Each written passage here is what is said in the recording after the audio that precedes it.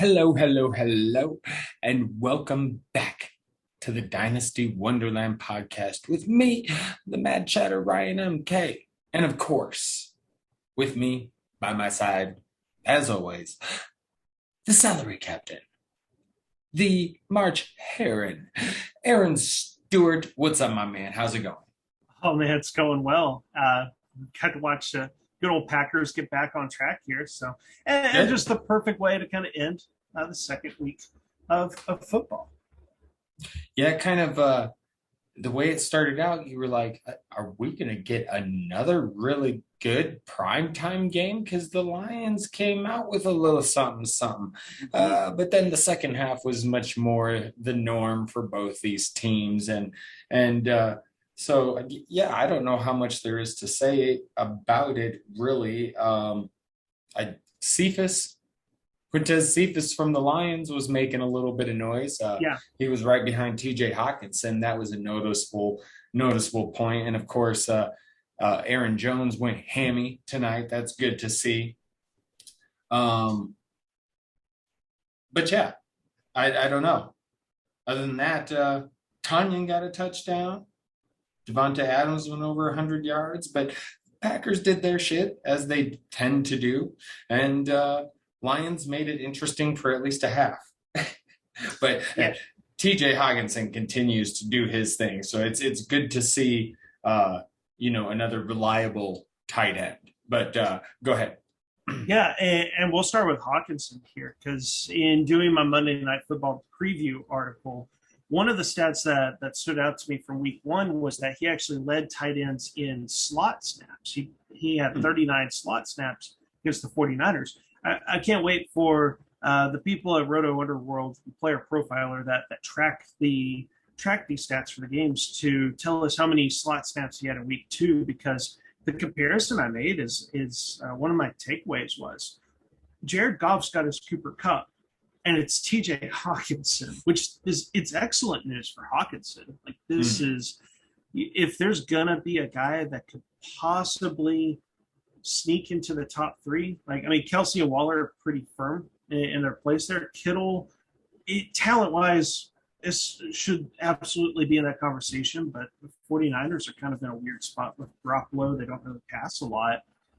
You can make a case that Hawkinson surpasses Kittle this year, becomes tight end number three in fantasy.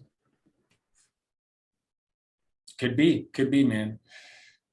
Because he's he's off to a hell of a start. So, Oh yeah, and man, fucking Aaron Jones tore it up tonight. Yeah, I don't know what else really there is to say. That was kind of really the first disappointing primetime game of the season, and like I said, even the first half was at least competitive enough to where you're like, okay, maybe this is a game. And then again, second half, a little bit different of a story, but yeah. nonetheless, we are finally through week two. Finally through week two, and one other quick thing I want to add with the Aaron Jones game, a massive game, 4 total touchdowns, and what was that, 115 yards from scrimmage. You go back to week two in 2020, and Aaron Jones played the Detroit Lions, and in that game he scored 3 touchdowns and had an astounding 236 yards from scrimmage on that. So in week two, the past 2 seasons, 7 touchdowns against the Lions, and his other 5 career games against the Lions is combined for 0 touchdowns. So wow, it's Right. crazy, crazy, crazy. Okay. Well, that's Monday night. That's the end of week two. Um, let's go ahead and do a little Thursday night preview. We could talk a little waiver wire. Before we do that, I guess I'll hop through um, injuries, what we know so far, real quick. We know Tua's kind of a day to day. There's looks like there's a chance he might play. We'll see with the rib injury he has. But Tyrod, Carson Wentz, it sounds like Carson Wentz, both his ankles are hurt. Like it sounds like both these dudes are going to be missing some time. And then we'll see with Andy Dalton and San Francisco. Sounds like they're uh, looking at some running backs. A couple of note, well, one of note in my opinion, but they did look into Lamar Miller. Mhm. Sorry, excuse me, and Duke Johnson, and I'm a little bit interested in the Duke Johnson if they were to go that route of signing him. But it does sound like Jermichael Hasty's going to be out for a while. Eliza Mitchell, kind of day to day. Trey Sermon in the concussion protocol. They have Trenton Cannon on the roster. That's it. So they need somebody. It sounds like they're looking at some free agents. Other than that, not a lot on the wide receiver. Jarvis Landry, it looks like he is week to week. But yeah, so that's what I got with some of the injury news right now. Certainly, yeah. I think you got all the major injuries there, and some of these, I think some players avoided some worst case scenarios. They'll have some missed games, but especially like the Jarvis Landry one, I was going, oh no, not Landry, come on! I really Right. want the Browns to be good. I was sprained MCL, gonna miss time, Mm. but it could have been a lot worse. Oh, for sure. For sure. So not too bad there. All right. Well, let's go ahead and get into waiver wire because I would say let's talk a little of that, and then we'll end with the Thursday night preview. I don't know what you got. You know me. I struggle, as I said last week, with the whole waiver wire part and I'm going to try and get better. But it's hard for me to try and think of where's that cutoff line because I just play in such deep leagues. But Right. I do know in some leagues Duke Johnson's got to be out there, and he's worth taking a flyer on just in case he's picked up by San Fran and used. Because I always try, particularly in dynasty leagues, but you can even pull this off in redraft leagues if you want to try it. But with me, I always have two, maybe three spots at the end of my bench specifically for just cycling in and out those lottery ticket flyer type guys, um, uh, and so this would be a situation where, hey, I'm willing to add Duke Johnson and see what the hell happens for a few weeks. So that would be one, and then the aforementioned Cephas. I liked how he played tonight. Now he might just be stepping into that Tyrell Williams role since he missed, and so maybe he goes back to doing nothing if Tyrell Williams. Who knows? But I did find him interesting. I found him kind of interesting in the off season, but it didn't sound like anything would ever materialize. And hey, look at this week two, making a little bit of noise. So, what do you got, Aaron, for the waiver wire? Certainly, well, with Quintez Cephas, however you pronounce his name, Cephas.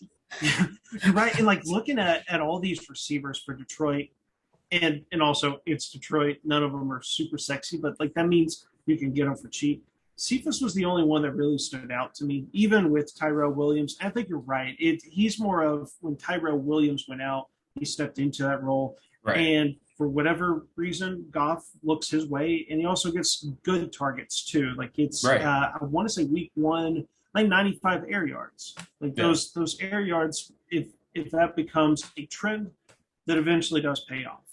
Right. So he probably a deeper league. I'd say one of the ones that people always overreact to week one, and they immediately drop some guys they shouldn't. And Sony Michel is one guy that probably got dropped by leagues. And lo and behold, Darrell Henderson got hurt. Sean McVay, it's weird. Like you listen to him and you don't really think he likes Henderson to begin with. And they always go, right. Yeah, and it's to paraphrase, it's always like, we don't know if he can handle the load. And then second week of the season, of being the feature back, he does get hurt. So even if Henderson doesn't miss much time, Sony Michel should start to see more and more snaps. And if he does miss time, Sony Michel on a Rams team that is clicking right now, there's touchdown upside. So Sony Michel is one of my favorite targets there. James White should probably already be picked up, but if he's still available, go and get him, because right now the Patriots, they're inactive. They they took Ramondre Stevenson, they deactivated him after he fumbled. Damian Harris had a fumble in week 1 too, but his role's safe. Yeah, So they love really, it's a 2-back system. It's Damian Harris is like between the tackles, and James White's going to have his receiving back role, which is perfect in PPR as like a flex play. And I don't know if there's really any receivers. Usually receivers don't excite me too much. I will say, okay, here's a big one. Definitely for more casual leagues, if you're in the leagues that you were describing, and that's a lot of the leagues I'm in, he's not available.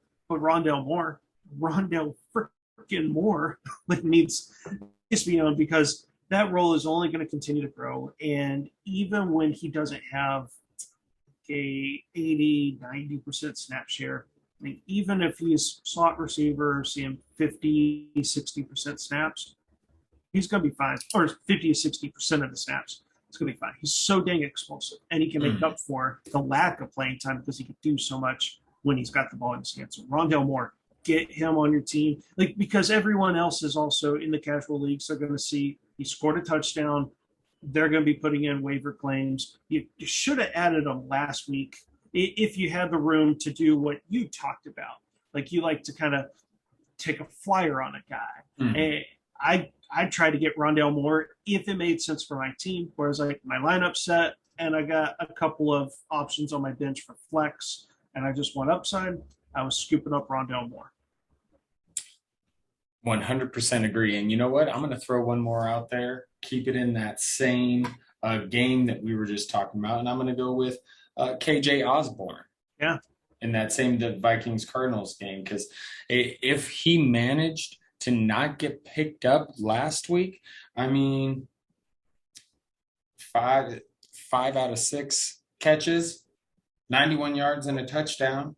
Yep. Led the fucking team in receiving yards. So I mean, this is definitely, I'm not going to lie, it's someone that piqued my interest during the off season, but I'm like, there's no fucking way. And then lo and behold, the Irv Smith injury opens up this opportunity. And it's just it's pretty crazy to think that Vikings offense, we expected regression and all of that, and their defense isn't as improved as we thought it would be. And there's a whole bunch of shit working against them to where, their offense is still putting up. I mean, the first 2 weeks of the season, Kirk fucking Cousins is supporting 3 fantasy viable wide receivers. It's insane. So KJ Osborne, if he's still out there, because I tried to get him on every roster I could this past week. So if he's still out there, definitely try and get your hands on him. So that would be my last one. Certainly. And you got to follow the trend. I can understand how people after week 1 are like, they're probably like me. Let's see a trend. Right. And I'll be conservative, but sometimes I recommended people starting Marquez Valdez-Scantling because I really liked the culmination of everything, the air yards, the bad matchup, and he put up a big old goose egg. So that's why I tend to be pretty conservative with these. But right. Osborne definitely proved 2 weeks of pretty solid production along with the opportunities. Yep, I agree. Yeah. Needs to be rostered. You have anybody else, Mr. Aaron? And I think that's it. Tight ends, I don't really touch them at all. Nah. Mainly because I don't find myself streaming tight ends this year. Like I found that at worst case, I was scooping up Mark Andrews at tight end. I didn't go deep. I've got a lot of Logan Thomas, who's been okay. A lot of TJ Hawkinson, so that's been good. But those are some of my most owned tight ends, are those 2, Logan Thomas, TJ Hawkinson. I got a decent amount of George Kittle too, but so yeah, I try and get the better of the tight ends. Absolutely. So I'm with you on that. So don't do much streaming. Don't do much of that. But that's what we got for you for some waiver wire chatter. Now we'll go ahead and end the show with a little Thursday night preview. Now, this is, as I've mentioned before, a couple of the podcasts I listen to, there's a couple of different people across them. Their darlings, one of their darlings, the Carolina Panthers. You seem to like them a little bit and predicted that they would take down the Saints. You had them picked in our picks contest. And so, what do you think about this game going up against Houston, who's going to have more than likely Davis Mills starting at quarterback?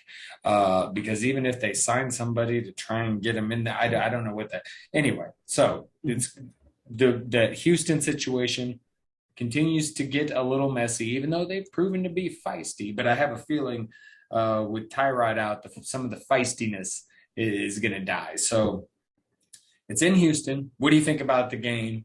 Carolina Panthers coming to Texas.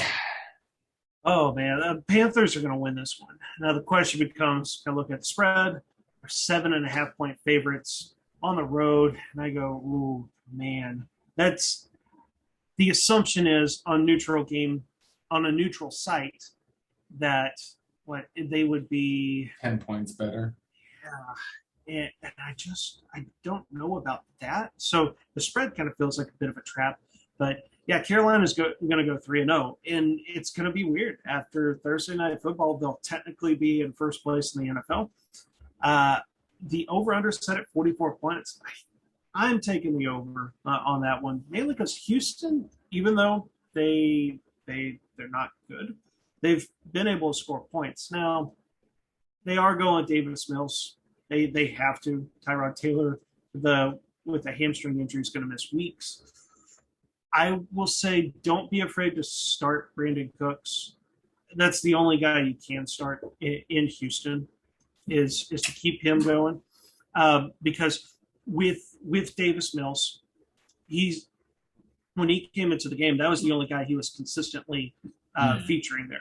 Now Carolina, oh my gosh, McCaffrey could be set to go for like 150 plus yards. it's positive game script for him. But yeah, give me the Panthers. Oh, I got my co-host in my room. My dog is barking. What, you don't like that, Nick? But what about you? Well, how do you feel about the Panthers Texans? I'm with you. Again, they've proven to be feisty, but I'm still looking at poor Tyrod Taylor, man. Like when he got hurt, he was 10 for 11, 125 yards and a touchdown. Like I know I stumbled through that, but he was looking good, man. Like I just feel for him because it seems this whole thing with the injuries every time he gets going, that's got to be frustrating as all hell, man. And I feel it because I feel like I've been there. Maybe obviously not with football, but just with certain things in life where it's just like every time you get going, there's a blockade right there, and it's just like for fuck's sake. Like, so I can almost feel his pain, and so it's a shame for him. But that just, to me, that's a big blow to Houston, and so they're a little. Davis Mills 8 for 18 in relief, 102 yards, 1 touchdown, 1 interception. He's probably okay. I don't know. I look at this as they're in a lot of trouble. So I definitely think this is Carolina. I'm not even scared of the 10.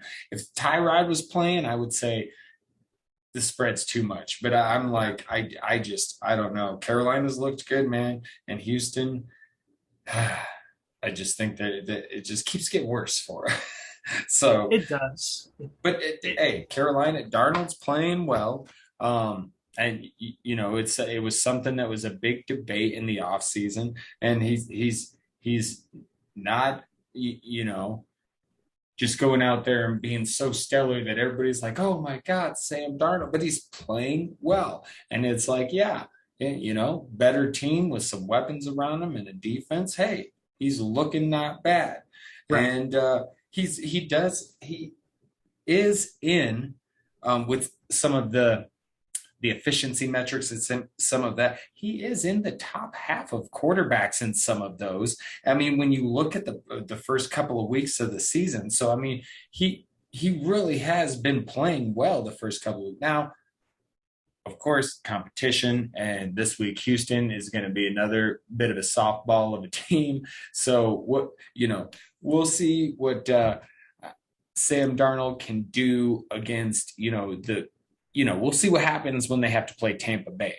That should be an interesting game, So that'll be a good measuring stick game. But they took out New Orleans, and they're going to take out Houston. So that'll be an interesting one once they start getting into that. But yeah, I think Thursday night, no Tide God Taylor. Yeah.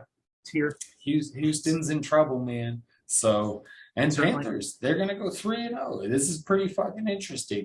I figured they'd be better, but even as someone who thought Sam Darnold would be better, but this is, they've surpassed what I thought they would do, to be honest. So, yeah. Same. Go Panthers. Same. And probably my last thing on the spread, the only reason I don't think they quite cover is they just had the road game in New Orleans. They go back to practice this week and then travel again. It's some of the things that is kind of rough. Yeah, just some of the kind of logistics. Fortunately, they're not going across the country. It is still staying in, they're going halfway across the country. But yeah, and I could see this team kind of just going on cruise control. Like, I wouldn't be surprised if it ends up being like a field goal game. And kind of like what I mentioned when I covered Lions and Packers, when I say a field goal game, it's not necessarily, that they struggled, but like I could see Panthers being up 10 points and then a garbage time touchdown. Mm-hmm. Exactly. All right, man. I don't know. I got nothing else. I got nothing. I think we covered what we needed to cover. It's our nice, easy pod of the week. So if you have any final thoughts, Aaron, by all means, speak them now or forever hold your peace. I think I'm good here. I'm ready to watch some Thursday night football. I know the Texans but that'll be my first time watching the Panthers on TV. So I'm excited for it. Definitely. I'm excited for the game for that reason, to actually get to watch, really sit and watch the Panthers. I see them on the red zone, shit like that, but to actually get to see a full game of them and really get to study them, that'll be nice. So, all right. Thanks everyone for joining, for listening, and we'll be back again Thursday to cover that Panthers and Texans game and to look forward to this Sunday. All right, everyone, from the Mad Chatter and the Salary Captain, until next time, ta-ta for now.